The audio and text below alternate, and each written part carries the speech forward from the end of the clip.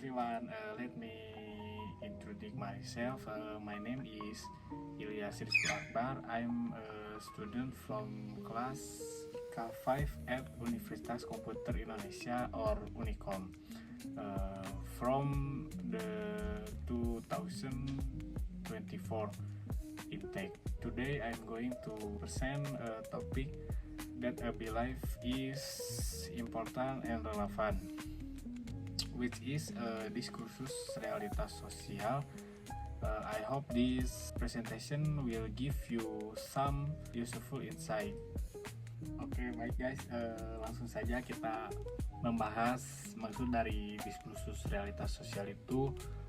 Yang pertama ada poin dari realitas sosial mengatakan bahwa hasil realitas sosial itu adalah hasil interaksi antara individu dan masyarakat. Maksudnya ialah realitas sosial itu cara kita membicarakan dan memaknai atau memahami realitas sosial melalui bahasa, simbol, dan interaksi sosial. Realitas sosial ini tidak dianggap sebagai sesuatu yang objektif sepenuhnya, melainkan dikonstruksi melalui diskursus atau komunikasi dalam masyarakat. Maka dari itu, mengapa realitas sosial itu adalah hasil interaksi dalam masyarakat antara individu dalam masyarakat. Lalu yang kedua di sini ada paradigma definisi sosial.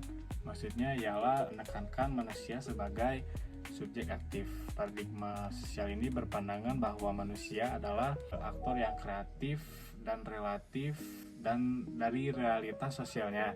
Dalam artian, tindakan manusia tidak dianggap sepenuhnya ditentukan oleh norma-norma, kebiasaan-kebiasaannya, nilai-nilai dan tindakan yang menggambarkan struktur dan peranata sosial. Maka dari itu, paradigma sosial ini berbeda dari positivisme yang memandang sebagai produk pasif norma dan struktur. Lalu yang ketiga yaitu karakteristik paradigma definisi sosial. Maksudnya ialah manusia itu sebagai aktor yang kreatif, relatif, dan bebas. Maksud dari ketiga poin ini adalah manusia itu mengacu pada kreatif yang berarti mampu menciptakan makna, ide, dan tindakan baru. Jadi manusia itu selalu ada ide atau pemikiran yang baru, hal barulah, maka disebut kreatif. Lalu yang kedua ada reflektif. Maksudnya ialah manusia itu bisa merenungkan, mengevaluasi, dan memikirkan ulang tindakannya. Jadi manusia itu selalu dapat merenungkan dari hasil kegiatannya atau dari kesalahan-kesalahannya, merenungkan lalu mengevaluasi dan mencari tindakan yang baru. Lalu yang ketiga terakhir yaitu manusia itu bebas. Maksudnya ialah tidak sepenuhnya dikendalikan oleh aturan atau struktur sosial, tapi punya agensi atau kemampuan bertindak atas kehendak sendiri. Jadi manusia itu bebas atau mempunyai hak tersendiri untuk melakukan kegiatan apapun atau melakukan kehidupan sehari-harinya. Lalu yang kedua di sini ada fakta sosial hanyalah representasi struktur, bukan penentu mutlak.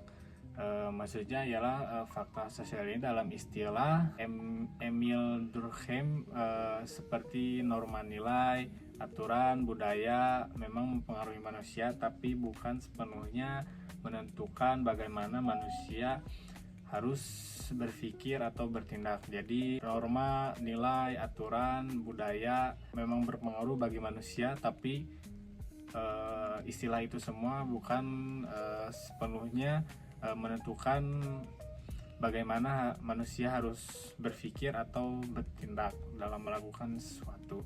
Artinya struktur sosial ada dan berpengaruh, tapi manusia masih bisa menafsirkan, menolak, mengubah, dan menciptakan struktur lainnya. Dan struktur itu adalah representasi, bukan penjara.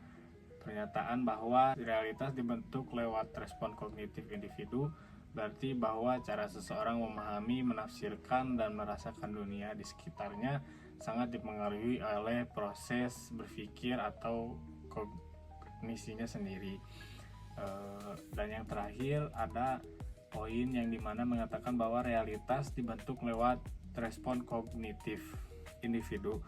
Maksudnya ialah mengacu kepada proses mental seperti persepsi, perhatian, ingatan, penalaran, penafsiran, dan keyakinan pribadi. Jadi maksudnya ialah realitas di sini bukan hanya sekedar apa yang ada secara objektif, tapi juga bagaimana individu memaknainya berdasarkan pengalaman, pengetahuan, emosi, dan pola pikir mereka. Jadi realitas di sini bukan hanya sekedar apa yang ada, tapi juga bagaimana individu memaknainya berdasarkan pengalamannya, pengetahuannya, dan pola pikir mereka sendiri. Jadi manusia itu sangat-sangat dibebaskan untuk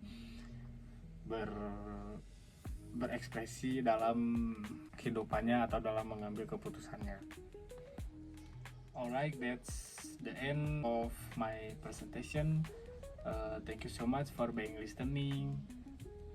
I really appreciate your time and attention. Once again, I'm Ilyas Rizul Akbar from IKA 5 at Unicom, class of 2024.